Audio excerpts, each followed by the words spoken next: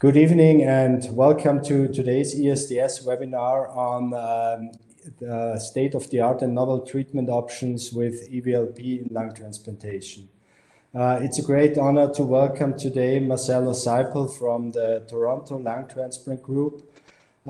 He was really, together with Shavke Shavci, one of the initiators of the EVLP program and was the first author of the New England Journal of Medicine landmark paper, which really brought EVLP into a clinical reality and has initiated numerous innovations, including use of hepatitis C positive donors, blood group conversion, and prolonged preservation, and many others. And it's really a pleasure to have you here, Marcelo, today. And we look forward to your presentation and overview on EVLP in lung transplantation.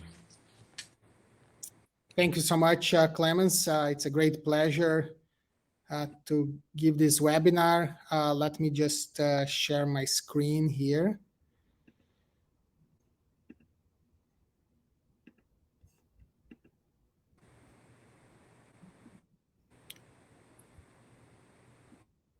Can you see okay? Yes, it's perfectly fine. Okay, good. So I'm going to talk about the state-of-the-art and novel treatment options with EVLP in lung transplantation. Just a few disclosures for conflicts of interest as a consulting for lung bioengineering and the shareholder and founder of Traferox, and research support from a few of the pharma companies. I think there has been several important surgical advances in lung transplantation over these last several years. And many of them tackle strategies to provide better and more donor lungs for transplantation. There has been certainly improvements in artificial lung technology and the intraoperative management of patients, and also successful transplantation of highly sensitized and lobar transplantation. So all of these are important contributions that have made transplantation safer and have more organs available for patients. In the ideal scenario, we really want to match the number of donor organs for patients on the wait list, and then provide a more equitable access for transplantation, have an improved survival and quality of life for patients with end-stage lung disease, and then eventually move also to organ banking strategies, and also the opportunity via improvements in organ preservation, also to optimize donor recipient matching and also healthcare savings. And every time we do see a increase in the number of transplants, as you can see here, for example, in the blue bars, this is data from Toronto, we can see a decrease in the red bars, which is basically the waitlist mortality. So you can have a good idea, and I think everyone is familiar with these dynamics of organ transplantation. And so increasing donor lung utilization and improving patient outcomes is really a major goal. The donor lung utilization, unfortunately, is still quite low. It's averaging about 15 to 20%, and it's one of the lower utilization rates amongst the solid organs. And the main reason for that is because the lung, it's a very fragile organ. And during the process of brain death and ICU-related complications, there is this activation of this inflammatory cascade. And if you try to transplant lungs which are significantly injured, you run the risk of having significant primary graft dysfunction, which everyone is familiar with this picture of PGD3 after transplantation, which has an implication not only in short-term outcomes, but also in long-term outcomes. So the role of EVLP is really to try to tackle this problem so we can first get more organs for transplantation, but also get them safer. And so it does provide a better time for assessment of the organ and also for diagnostics. It gives you the opportunity to treat, recover, and repair the organ prior to transplantation, and also you can reassess the function via these therapeutic interventions.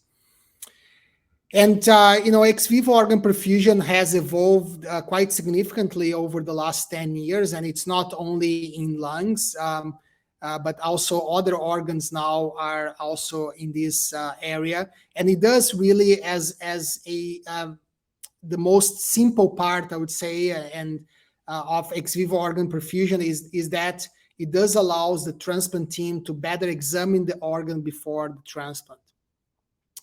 This was, as Clemens mentioned, was the first clinical trial publication of normothermic ex vivo lung perfusion. This was back in 2011, so about 10, 11 years ago. This was the first patient that we enrolled in the trial, so the first donor that had motor vehicle accident and about 20 units of red blood cell transfusions and other blood products, and had some pulmonary infiltrates and a low PO2. And so this was a typical case that was enrolled in those initial days of EVLP. You can see here that just by optimal perfusion and ventilation, you can clear pulmonary edema that we had in the first hour EVLP down to the 3 hours of EVLP bed gas exchange, and then clear X-ray of the recipient, which was a COPD patient in the ICU arrival. And that patient did well for more than 10 years after transplantation. And this is his picture here, just 3 months after transplantation with his family. So this has had a very important impact in the number of transplants in our center. Basically led to an increase of 100% in the EVLP era, and it continues to have a contribution of about 30% of our transplant activities. There is also a indirect effect of EVLP that you don't see in this bar, because those are donors that we send the team because we have EVLP as a backup that otherwise we maybe wouldn't send the team. And we get to the donor and we assess the lungs, and we find out the lungs are actually good to go straight for transplantation, and they don't need to go to EVLP. But this is an indirect benefit of having that available to you. Now, how about outcomes of patients? So we have now very good data showing that long-term outcomes are equivalent between EVLP and no EVLP, and this is true for double lung transplant, for single lung transplant, for NDD, or for DCD donors. We have a more recent update, which is over 500 EVLP transplants, and we match to conventional transplants done at our institution, and end up with about 540 EVLP transplants and controls. This data is not published, but you can see here, again, post-transplant survival curves exactly the same, and as well as clot-free survival. So I think we have very strong evidence now that short and long-term outcomes of patients receiving these lungs do quite well. Now, in terms of the clinical application, there are several models of EVLP. And again, over the last several years, there has been changes in how EVLP is applied clinically. So there is, of course, the most traditional way in which each hospital have their own EVLP device and teams, and basically they do that. But that model actually has not been the most successful one because, first of all, it requires a lot of commitment and structure of the hospital and personnel trained to be able to have a effective EVLP team in your hospital. And so one of the idea is these third-party EVLP centers, which are functioning quite actively now in the US. And in fact, they are the largest volumes of EVLP transplants. And so the center send the lungs to the EVLP center, and the lung is perfused there. There is a full assessment. This is just a short video, how that works. The lungs arrive in cold static preservation, and then you have the cannulation of the organ. And then the lung goes through EVLP, and the receiving transplant team has all the data, as you can see here, in a platform, and they can see real-time videos and bronchoscopy, and they can therefore make the decision. Again, one of the advantage of this system is also the personnel performing EVLP has a huge experience now with the SOPs of the procedure, and the outcomes tend to be more reliable when people are doing, that's all they do is basically EVLP. And then at the end of the procedure, the lung is just packaged again and then sent to the transplant center. I'll just move. And one of the potential ideas for the future is that the lungs can be sent to these EVLP centers without the need to send, the transplant team. So basically, you have a local retrieving team retrieving the lungs, and then they can put the lungs in a drone. This is a drone that we transported the lung from one hospital in Toronto to another hospital. There was an actual, donor lung that was used for transplant in this case. And again, this was just like a proof of concept. We're not doing that clinically in a routine basis yet, but I think there is a good potential of this for the future as well. So the use of EVLP, as I mentioned, assessment is a very important one, and then treatment and repair, and I'm going to talk a little bit more about that.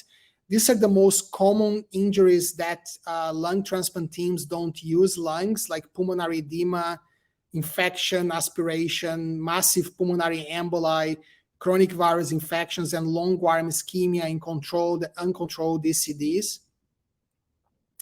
And there are several strategies that we can use, from drugs to biological agents to inhaled gases to cell and gene therapy. And again, one of the advantages of treating organs in isolation like this is the possibility of treating the organ without side effects to the systemic circulation. And many of the drugs will have a very long half-life in the EVLP system due to the absence of kidney and liver. This is just an example, simple treatment using antibiotics, meropenem and vancomycin, showing to be quite effective to decrease significantly levels of most common donor bugs. This is another simple treatment strategy in a donor that had massive pulmonary emboli and actually died of PE. And then you basically give alteplase to the lungs, you lyse the clots, the D-dimers go up, the PVR goes down. And this was just a case report in 2013, but we have done over 10 of these cases where we treated the donor lungs with alteplase in a situation of massive PE.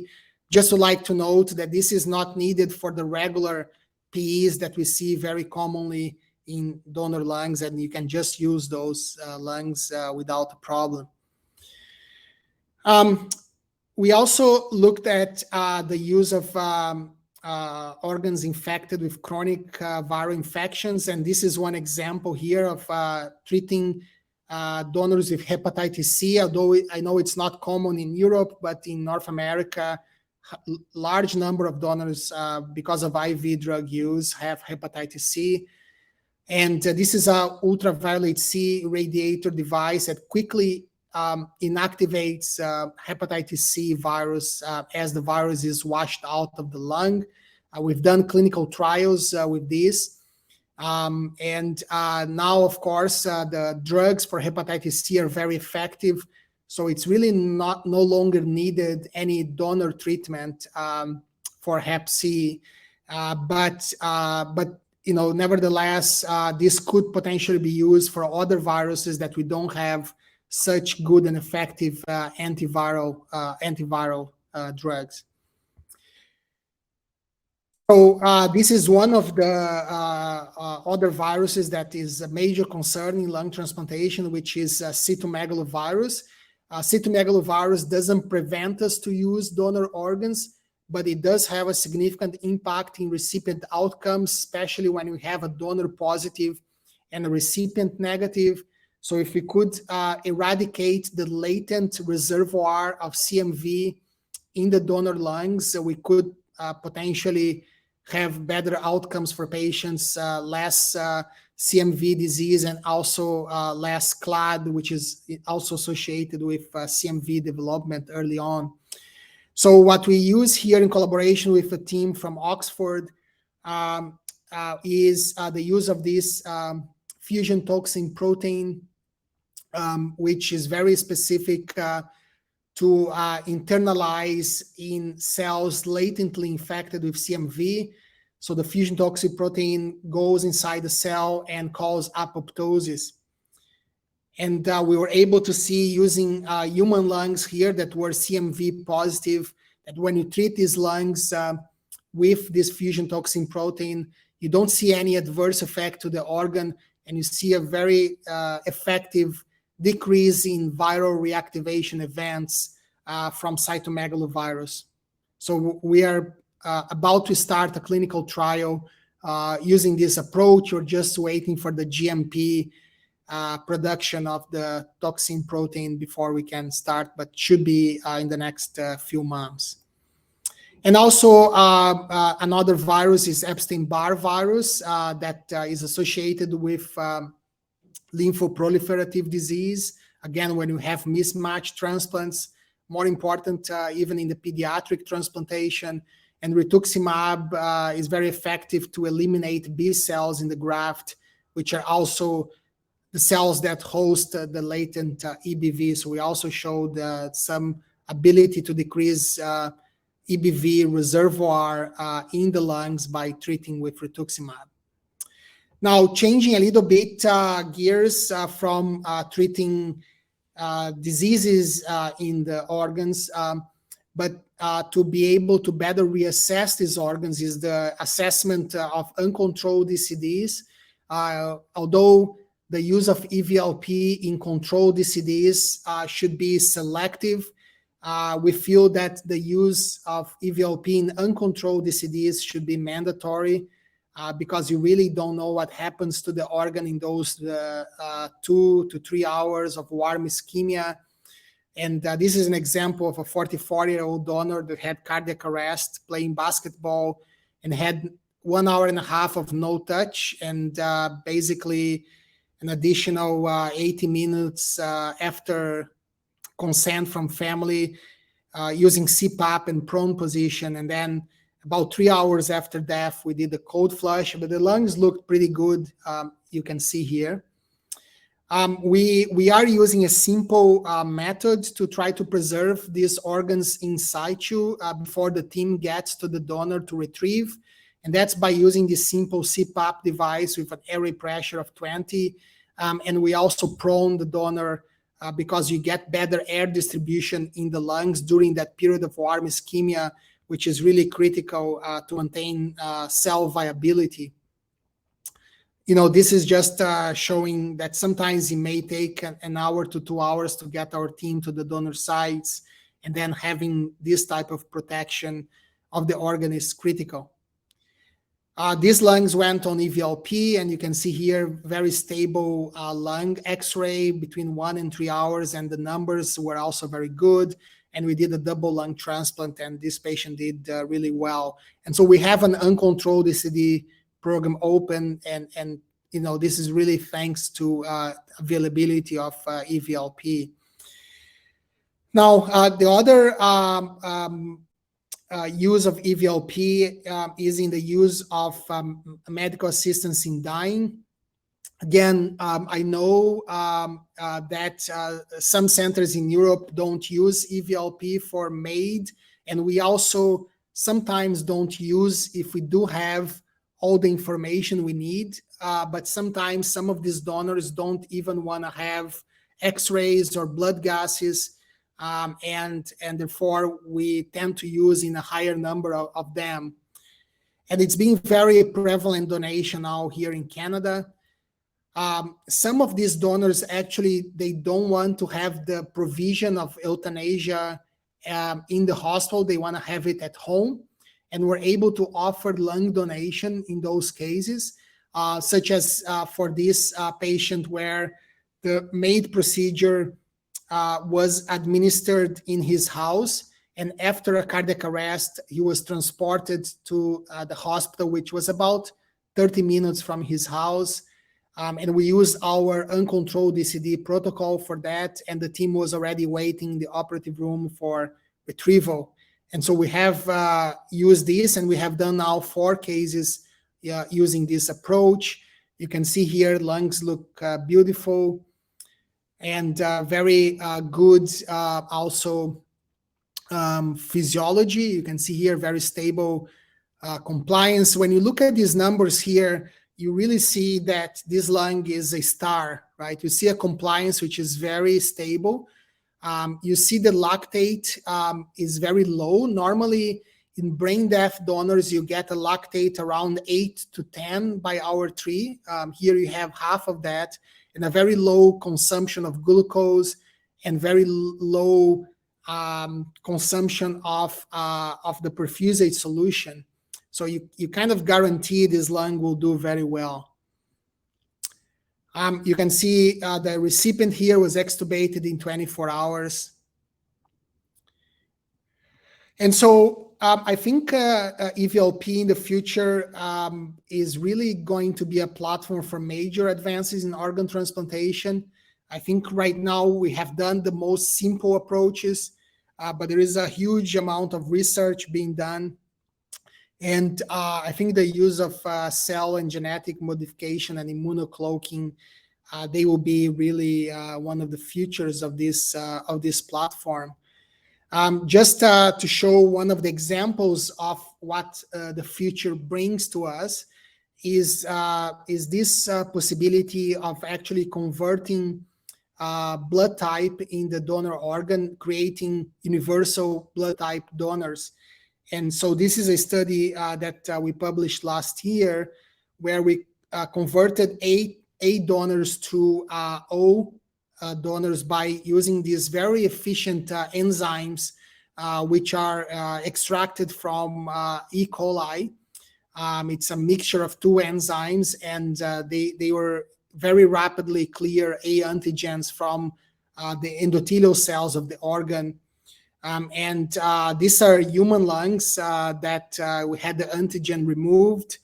And then after that, we reperfused these lungs with blood from donors that had very high anti-A antibodies.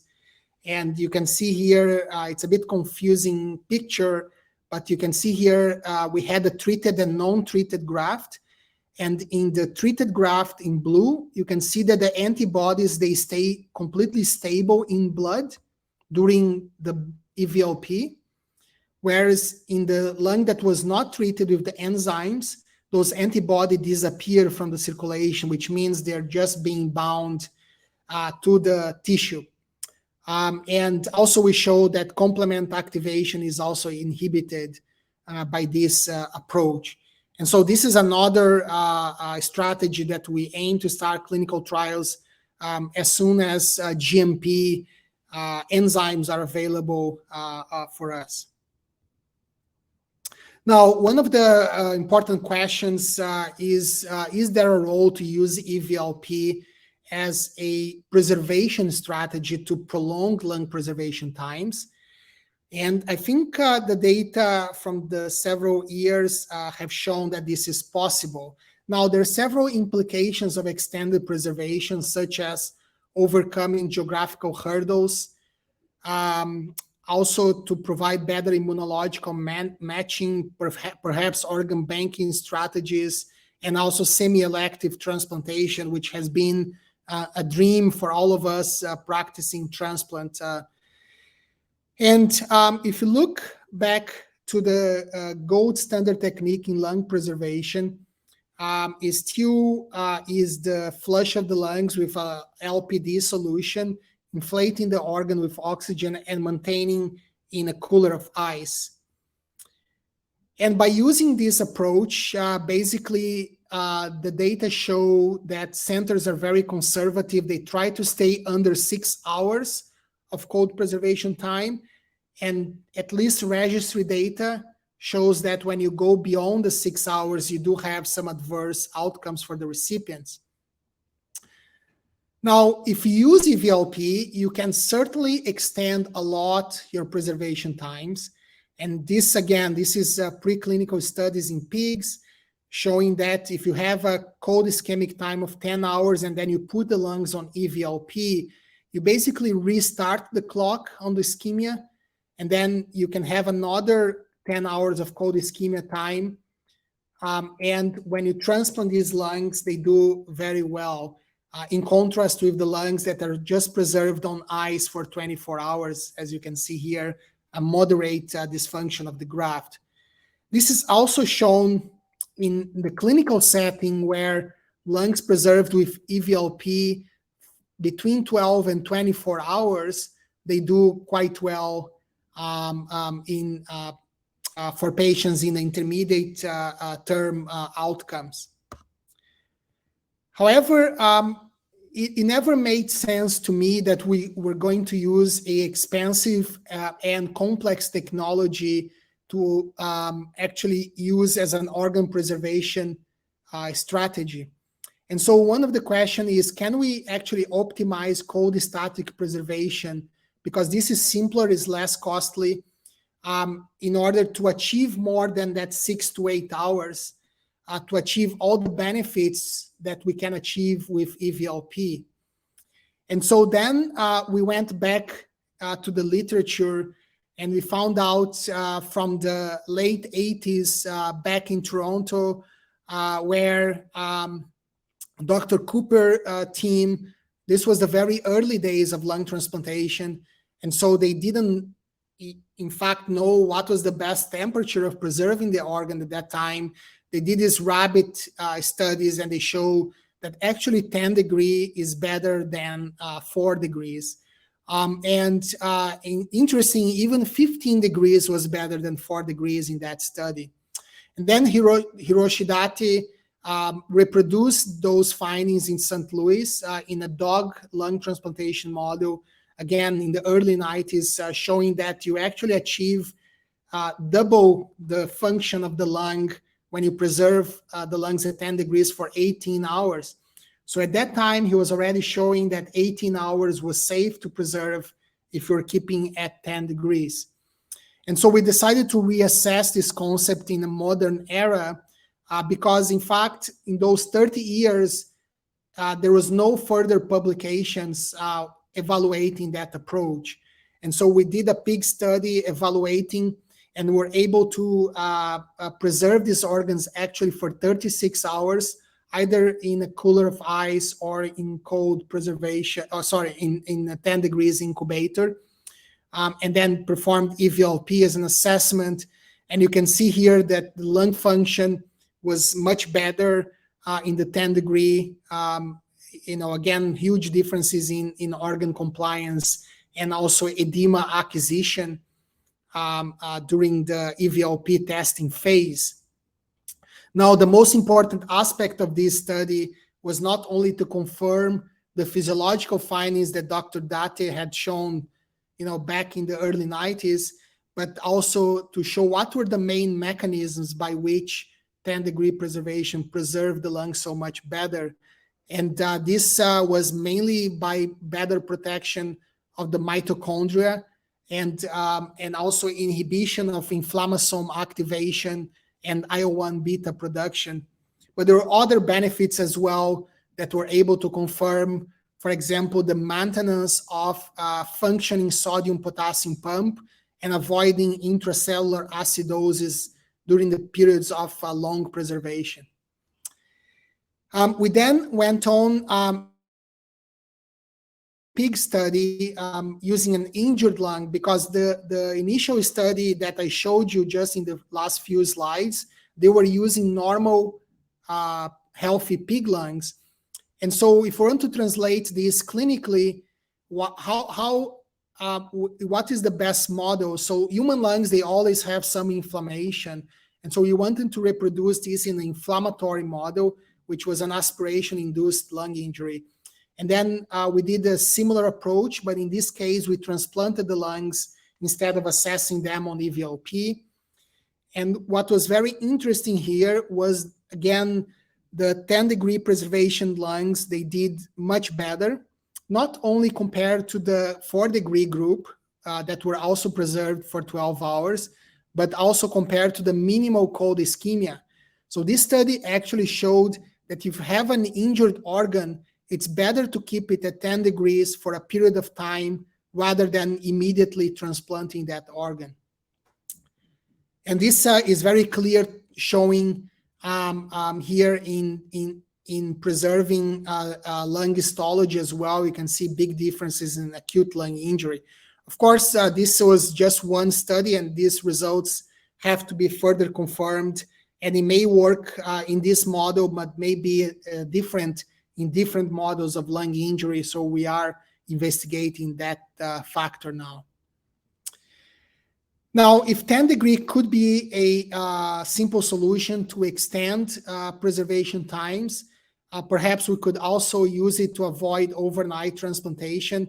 There is an advantage of avoiding overnight transplant, not only for the benefit of the healthcare teams, surgeons, anesthesia, and nurses, but also there is some data suggesting that outcomes of transplantation during the day are better. This is data from kidney transplantation showing less graft loss. This is data from lung transplantation, retrospective data from Washington University. Again, this was not done intentionally. They just looked retrospectively how the outcomes were, and they could see better outcomes for the daytime transplants. And also, we need to attract more professionals to transplantation, and one of the things that detract people from engaging in transplant as a professional career is the lifestyle of a transplant surgeon or physician. So we hypothesized that intentional prolongation of these ischemic times was safe and allow for transfer of overnight transplants to daytime. And so what we did here was we just transported the lungs in a cooler of ice, and then we put in this incubator at 10 degrees in the lab, and then recipient transplant. So just that you have an idea of the timetable here, for example, if you had a cross clamp at 9 p.m., the earliest time you could start a transplant was always at 6 a.m. That means patient on the room at 6 a.m. So by study design, you could not start the transplant before that time, even if your cross clamp was at 6 p.m. So you had a 12 hours interval between cross clamp and patient in the room to start the transplant. And so we did a pilot study of 5 cases with preservation times of 11 to 16 hours, and we had no PGD3 at 72 hours and 100% 30-day survival. And then we moved on to a multi-center prospective study, including Toronto, Vienna, and Madrid. We had a matching group here just to look whether the outcomes were comparable to lungs that had shorter preservation times in a cooler of ice. And PGD3 was the primary endpoint, and the secondary endpoints were typical endpoints that we look at organ preservation strategies in terms of influencing recipient outcomes. We included any donor less than 70 years of age and donors that were suitable to go straight to transplantation. The 70 years cutoff was done here more of a word of caution. We do transplant donors higher than 70-year-olds routinely, but because there is some old data, at least, that showed that older donors have less tolerance for ischemia, just as an initial trial, we wanted to be a bit more conservative on that end. Exclusion criteria basically included lungs that required EVLP. When you look at the study cohort and the matched control, 70 versus 140, we can see here that about 23% were DCDs, 0% use of EVLP in this case, and good PF ratios. Again, these lungs were selected to go straight to transplant. Now, this is a very interesting slide because it shows the breadth of the preservation times here. And you can see the transportation times was about 3 hours. So these lungs were transported in a cooler of ice as an average of 3 hours. And then the orange here, the 7 hours and 44 minutes, this was the delayed in transplantation. So this was intentional prolongation of the preservation time that the lungs were then kept in the 10-degree incubator. And you can see here that the cold ischemic time was basically double in the study cohort with an average of 13 hours for the second lung. And when you look at the full spectrum here, we had lungs preserved up to 19 hours and 41 minutes in cold ischemia during the trial. When you look at the outcomes, they were really excellent. You can see here the incidence of PGD3 at 72 hours of 5.7% compared to 9.3 in the control and 30-day survival of 100%. So this was really reassuring. We think that, I wanted to add this to an EVLP talk because I think EVLP now needs to be put where its role is. And the role of EVLP is really to assess organs that have questionable function and also to use as a platform for therapeutic interventions. I don't think we should be using EVLP when an organ is good and is ready for transplantation. You can use a much simpler strategy such as this one, and you have really around 18 hours to even longer than that, which is pretty plenty, I guess, for us to do anything in terms of logistics and organizing the transplant around. And of course, this was not a randomized trial, and we are now starting a multi-center randomized trial comparing the 10-degree versus the ice cooler approach for definitively perhaps change the gold standard of preservation. Now, the use of EVLP may have a role in preservation if you want to preserve the organs for days long. So as I mentioned here, up to 18 hours, 20, maybe 24 hours, you can preserve the organs at cold alone. But if you want to go beyond that time, then we know the lungs won't work. And at least with the strategies we have today. So if we use EVLP as a strategy to re-energize the organ, then you could perhaps get to 3 days. And this is just a strategy that was devised here, where you alternate the 10-degree cold preservation with a normothermic preservation of 4 hours. You basically recharge the organ, and then you go back to a protective 10-degree hibernation temperature, and then you go back to EVLP to re-energize the organ again. And we were able to go for 3 days doing this. We didn't try to go longer than that, but I think it's probably feasible to go even longer if needed. And you can see here, after 3 days of preservation, these lungs look just perfect when we transplanted to another pig. And you can see here PF ratios around 400 and very preserved histology and macroscopic appearance.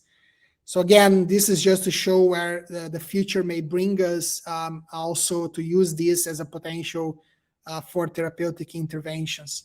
So I think I was given 40 minutes to give this talk, and I think it's exactly 40 minutes, and I'll be more than happy for any discussions that we may have. Thank you. Yeah, thank you, Marcelo, for this excellent overview. And I think you were really nicely addressing the properties of EVLP in reassessment of donor lungs, in preservation, as well as in therapeutic application. So maybe let's start the questions with a very basic issue that, however, of interest for many of the participants. I think you showed the impressive size of your program. However, there are a lot of smaller programs around, let's say, average 20 transplants or so a year. Does it make sense for such a program to start their own EVLP program, or is there any threshold you would consider necessary?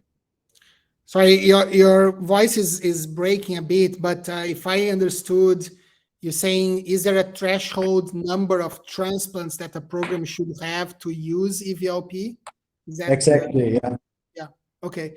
Yeah, I'm not sure if there should be a threshold. I think I think you need to have certainly the basics in lung transplantation running first before you start EVLP.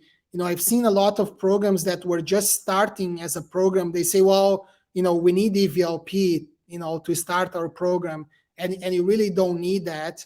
I think EVLP really helps you to push your numbers up, and also help you to have a safer transplantation again, because you can reassess the organs that you feel have some risk. But I think there is a lot of room that centers can do to increase numbers by understanding better organ assessment, how to better preserve the organs in a standard fashion, and how to manage intraoperatively these patients, especially when you have a higher risk donor as well.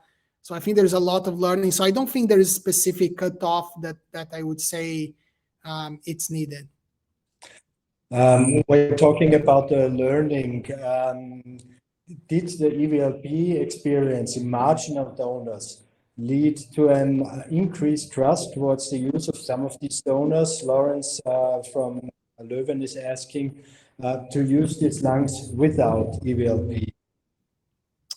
I think so. I think that's true. I mean, I think if you look at even in the control DCD era, we were using a lot more EVLP in the beginning, and then we learned that many of these lungs, they were just good, and so now we only use that selectively, right, when you have a major concern. So I do think that you learn, but also you learn that sometimes a lung that you felt you could use, and then you put on EVLP, and it's a big, like the lung gets in 1 hour full of edema, and you prevented a really bad outcome in that patient, right? So I think it goes both ways along those lines. This perfectly brings us to the next question by Luis Campo Canaveral about CDCD donors where heart is also recovered. So where there's a thoracoabdominal normothermic perfusion. What do you think about the role of EVLP, this type of donors? Well, I mean, anything I say about that is going to be a pure opinion based. I don't think there is any data, reliable data on that. There are some early registry studies that are showing that lungs can do well after thoracic NRP, but we don't have really a good denominator there of how many lungs were not used because of thoracic NRP.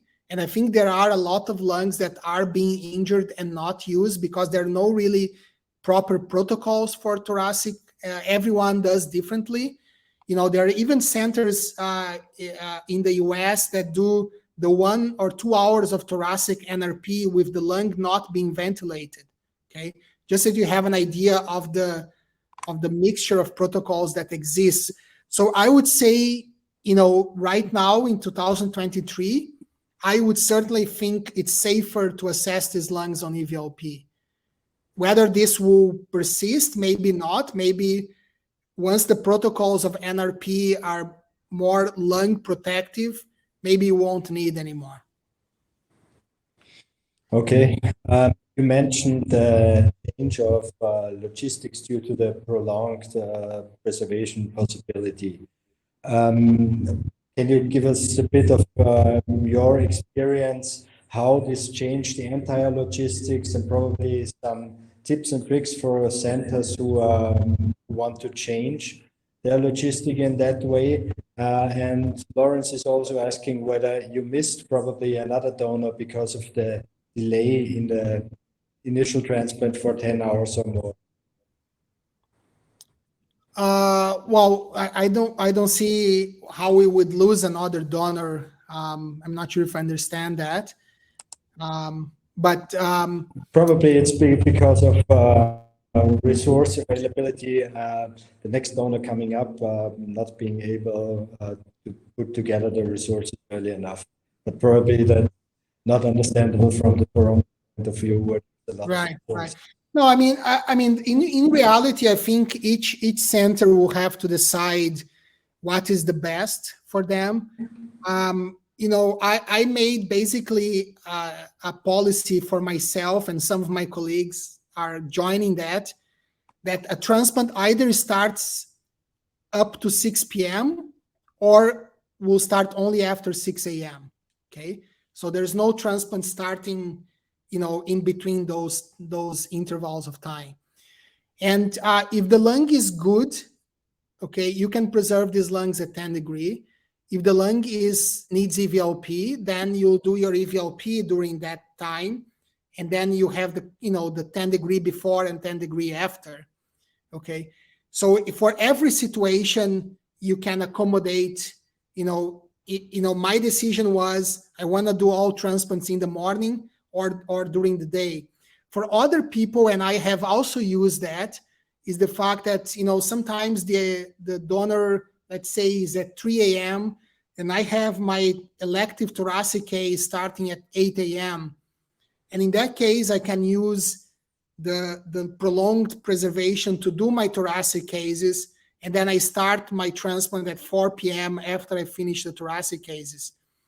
But again, depends a lot on how each center is structured. Is it the same team doing the elective cases versus the transplant cases? What is the hospital capacity to do elective and transplants at the same time? I think there is a lot of things, but I think this will allow us to change a little bit the structure of transplantation. We are already creating more resources in the hospital to do more cases during the day and less during night. So, we'll be able to have more rooms during the day. And I think this will help a lot with this strategy as well. It's cheaper for the hospital too, by the way. Do you think the 10-degree preservation, and particularly the 10-degree preservation in combination with EVLP, is ready for routine clinical use? I think the data is very strong that that's the way to go. The preclinical data and also the clinical experience. I think, again, people may want to see randomized trial result, and that's where we're going now. But I'm thinking that people, based on what I've seen, they may change practice even before the results of a randomized trial. But I don't want to say this should be the gold standard until we see, again, a larger study and the randomized data. Yeah. There was a question, how did you make sure that the 10 degrees were actually the prevalent temperature in the fridge? Is this the standard sensor, or is there any other means of measuring that? Well, yeah, I mean, there is a sensor inside the, the incubator, right? So whatever incubator you're using, and now there are some portable devices coming up too, but basically they do measure. The probe is usually located somewhere, inside the incubator or the box. Okay, there could be some some variations, depending how much liquid you have inside the bag with the lung. And whether it's a more posterior or anterior area of the lung may have small differences. With ice, you see more of a gradient of the posterior and anterior areas of the lung, especially if you don't have the lung surrounded by a good amount of liquid volume. You'll see close to freezing temperatures in the, and I think that's one of the most issues that is deleterious in ice, is in some parts of the lung, you may get close to freezing temperatures. But I would say, in these environments that you don't have ice, the temperature is actually pretty homogeneous within inside the chamber. Do you or someone from the transplant team continuously monitor the temperature in these lungs, or do you safely go to sleep and just check the next morning whether everything is fine? No, we go to sleep, but we have sensors, right? So we have alarms that will tell us if the temperature goes, above, let's say 12 degrees. That would ring my phone, the phone of the in-charge nurse that is in the OR, and they will let us know. It hasn't happened, but I think that's an important safety, approach for that type of monitoring. One of the very important things also that I would like to highlight is you have to also be sure that your lung is properly preserved. You don't want to go to sleep and have a deflated lung sitting at 10 degrees, because we know that's not good for the organ. It's not good for 4 degrees. It's not good for 10 degrees. If you have a deflated lung, you just want to transplant the lung as soon as possible. So these prolonged preservation strategies, they have to be combined with proper organ retrieval and organ preservation. Compared to the 10 degrees, EVLP is much more personal intense. So how about in the center of like Toronto with a huge EVLP experience? Is the EVLP more or less auto mode, or is there still somebody present all the time serving the lung during EVLP? We have, we work in Toronto similar to a third-party EVLP center. We have a committed team that does EVLP, and so we have 2 people that they get the lung, they put in the system. We have a web interface, and we just at home we receive all the data. So basically, all I have to do, when I receive a call from our fellow to say, oh, the lung has this and this problem, I just say, okay, send for EVLP. I don't need to do anything else. The next thing I do is I receive the 1 hour report in my computer or in my phone. And then I just, at 3 hours, I make a decision, okay, lung is good to go. And we just call the recipient, or we'll say, okay, put the lungs back on 10 degrees and we'll start the transplant at 6 a.m. or 7 a.m., right? But it's all automated. But as I mentioned, most hospitals don't have that number of trained personnel that have created that structure. So if you are a program that you have 1 or 2 surgeons, and you have to do the EVLP yourself, it's not going to work, because you can't go to the donor and then do the EVLP and then do the transplant. It's just not manageable to do that. Can you maybe give us just a brief wrap-up? Are you using lung perfusion in other fields beyond lung transplantation?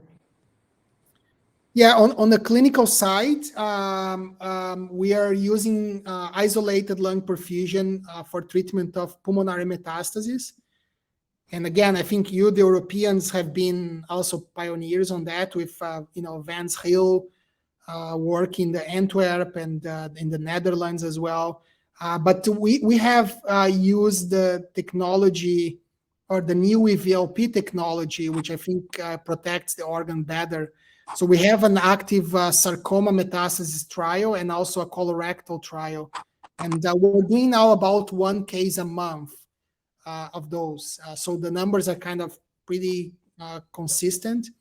And we'll see what the data shows. Okay.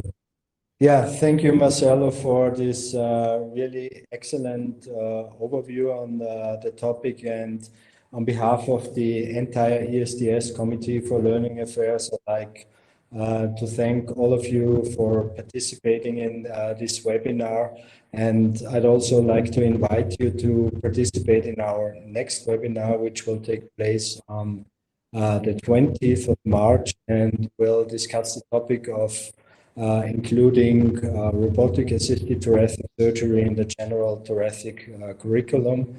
And the presenters then will be Bill Oppitz from Zurich, ESTS president, and Robert Cifolio from the US. And it will be a pleasure to welcome you again. Thanks a lot, and wish you a nice evening today. Thank you very much.